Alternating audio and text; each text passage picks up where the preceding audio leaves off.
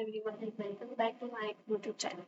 In this lecture, we will discuss the common signs, symptoms, and complications of the diabetes mellitus. Recognizing these features early is important for timely diagnosis and management. Let's move towards the common signs and symptoms. So before proceeding, I want you guys to understand the basic difference between the signs and symptoms. Signs are objective indicators that others can see or measure, such as the fever, rash, or redness, which can be appears and others can easily observe. While the symptoms, they are the subjective feelings or the experiences that only the patient can itself feel and describe, such as pain, nausea, dizziness, etc. So let's discuss the common signs and symptoms of the diabetes mellitus. These includes polyuria, polydysphia, and polyphagia. Polyuria refers to frequent urination, polydysphia refers to excessive thirst, and polyphagia means increased hunger situation.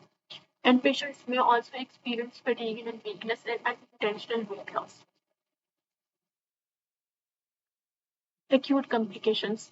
Basically, diabetes is broadly divided into acute and chronic complications. So let's first discuss the acute complications. Acute complications, they develop rapidly and can be life-threatening if not treated. The first term is hypoglycemia.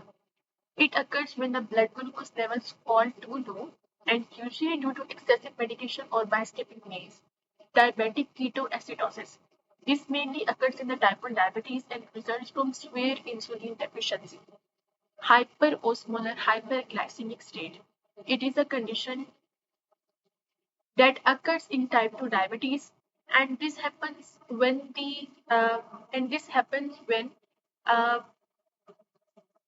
blood glucose levels remains persistently high in the bloodstream, and as a result the body is suffering from the severe dehydration.